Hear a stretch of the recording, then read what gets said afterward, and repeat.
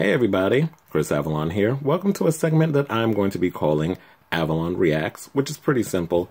I'm basically just going to watch a trailer, and then I'm going to react to it, and I'm going to give my opinion after I watch the trailer. Now, the trailer that I'm going to be doing, because it's the very first episode and I'm trying out new shows and stuff, is the long-awaited trailer for the new Halloween reboot. Now, everybody who knows me knows that I am a huge Halloween fan. I love the original movie. There's a couple of the ones that I love, and I'm going to wait till after the trailer to kind of break it down and talk more about it. And my thoughts and everything else. Not so keen on the Rob Zombie version, even though I appreciate it for what it is, and he tried doing something different. But one of the things I really do not like is when they take a horror person, like a killer or somebody who is shrouded in mystery, and we don't know why he does the things he does, and tries to humanize him. I remember they were trying to do it with the new Friday the 13th that they were trying to reboot, and I'm glad that kind of went out the window. They were trying to bring his dad in or some crap at the moment. It's like, I don't want to know he's from a tortured family. I think it's more interesting when you make the killer mysterious, or it could just be from an amazing home and just be crazy. Like, everybody doesn't really need a backstory or that empathetic vibe or whatever. So what I'm going to do is I'm going to watch the trailer, and then we'll continue. Can't wait to see it. I've waited for him.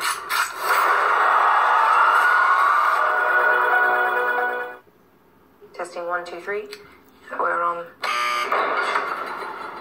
We're here to investigate a patient that killed 3 innocent teenagers on Halloween in 1978.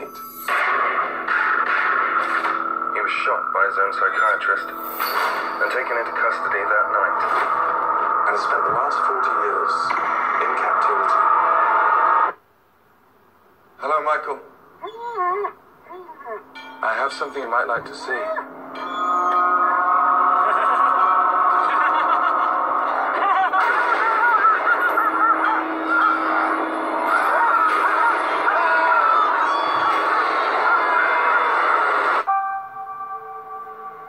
Everyone in my family turns into a nutcase this time of year. Yeah, I mean, your grandmother is Laurie Strode. She was almost murdered. Wasn't it her brother who murdered all those babysitters? No, it was not her brother. That's something that people made up. Do you know that I pray every night that he would escape? What the hell did you do that for? So I could kill him. Always ready. Dad, look out! The bus crashed. Mom, what bus crashed? Michael escaped.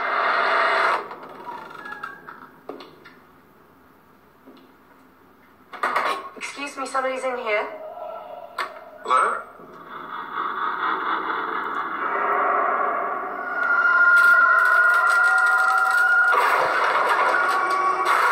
That's 2.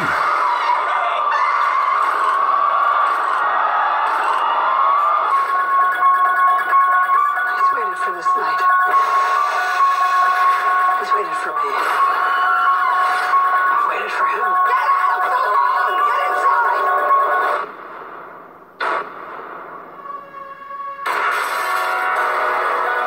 You don't believe in the boogeyman? He's here! Michael! You should. Can you close the closet door?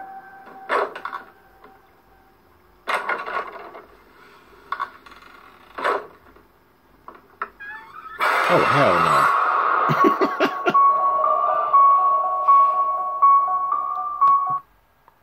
no. Okay.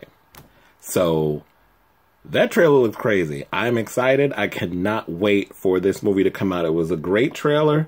Probably going to watch it 50 more times after that just so I could break it down. But based off of the things that I saw, it looks like there's some people that are trying to do a little documentary on Michael and the situation that happened the night that he tried to attack Laurie Strode. From what I'm hearing, they're probably going to be ignoring the fact that, well, from what we saw in Halloween 2, where they came up with this story that basically he and Laurie are related, and that's why he went after her. So it basically does look like it's kind of reminiscent of what we've seen in the original film, which was that he was in the mental institution, but then he escapes. But in this time, it's like the same narrative, but a different twist and a different perspective on it. Which we see that a bus crashes, all the mental people are pretty much wandering, mental patients are pretty much wandering the street, and he's escaped, and now he's going after Laurie. I also love the fact that Laurie Strode created a panic room in her house. So she pretty much moves the island out of the way, and there's like a stairway that you can go down, and she pretty much has her own little panic room where, excuse me, where she can, I guess, practice for that moment when he comes. And so 40 years later, she and him have this showdown, which I'm hoping will be beyond epic.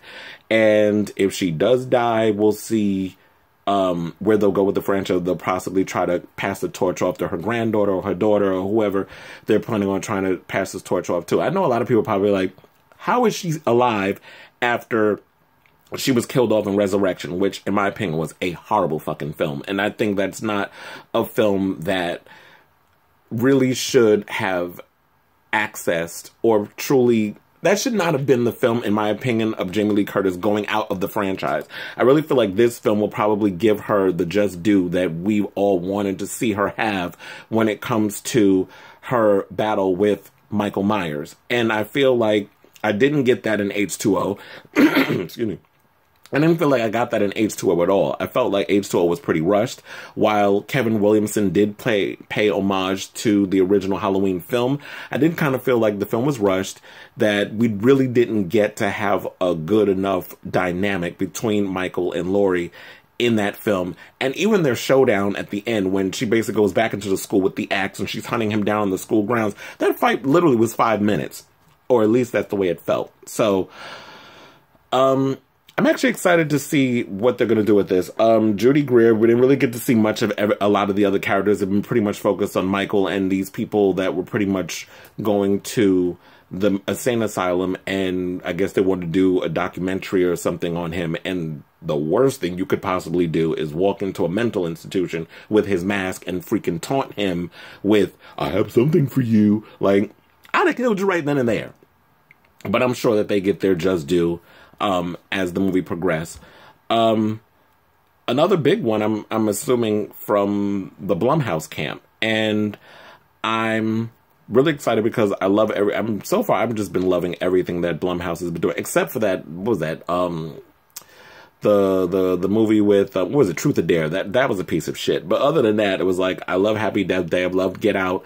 I even love the movie that I just saw, and I want to do a review on it. But I'll probably get around to it. So I highly recommend it. If for those of you who are watching, you like horror and sci-fi and stuff, go see Upgrade. It's an amazing movie. It's one of the best movies, science fiction, action, horror-based type film, because it's a mishmash of all those things that I've seen in a while. I would say all year, and one of the movies I wish they would have done that was another good one was A Quiet Place. Blumhouse didn't do that one, but I'm just saying that was another great one. But yeah, this is I think another hit for Blumhouse. I don't know if I want to see another trailer because, you know, when it comes to certain films, you already have my money. You have my ticket. I mean, yeah, you pretty much have my money. Like, I'm going to be going to this movie opening night to see it. I'm definitely going to be in a room with a bunch of the big hardcore Halloween fans, and we're going to be cheering this on, and we're going to be loving it, and I'm excited, and I cannot wait for this film. Also, I think it's great that we have Nick Castle, who was the original Michael Myers in the 1978 film, returning. We also have John Carpenter coming back for the music. I did a thesis on him in high school, where I pretty much had to, like, well, not high school. What am I talking about? Film school. I did a report on him in film school, where basically I had to watch 5 of his movies and kind of merge them all together and basically talk about, like, what's his motive, why he makes the films that he makes. And of course, because I'm fairly obsessed with Halloween and so many of his other movies, like The Thing and so many, and then what is it? Escape from New York and so many, and Assault on Precinct 13. All those freaking movies. Like, I'm just really excited for this film. So, I don't think I have pretty much anything else to say on it except that I'm just excited to see this film, and it's about time that we really get like I really think that when it comes to horror, that slasher films definitely needs to make a comeback.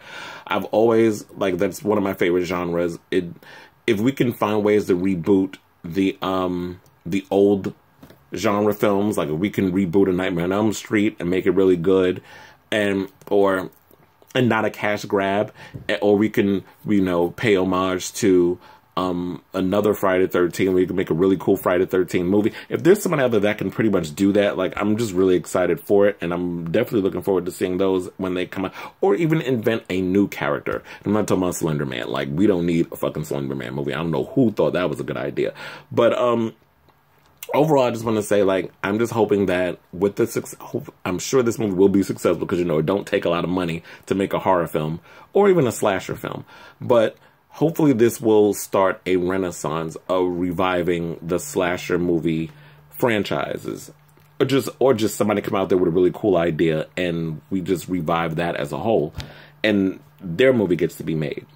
Because I love horror. I'm a filmmaker. So if there's anybody in the New York area we can kind of collaborate with something, just let me know. But anyway, subscribe to this channel if you like this video. If you want to see more, let me know what you think. Let me know what you think of the Halloween trailer. What did you think? What were your likes? What were your dislikes? What do you want to see more of? And yeah, subscribe to my channel if you like what you see. Also, follow me on Instagram, Chris Avalon Blog, Twitter at Chris Avalon NYC, and on Facebook under the name Chris Avalon. Love you all. Thank you for watching. And also be sure to check out my radio show, The Chris Avalon Show, which is available on iTunes, Stitcher, you name it, it's there. But also, it'll be on alldigitalradio.com on Saturdays from 2 to 4, every Saturday. So love you guys. Talk to you later. Ciao.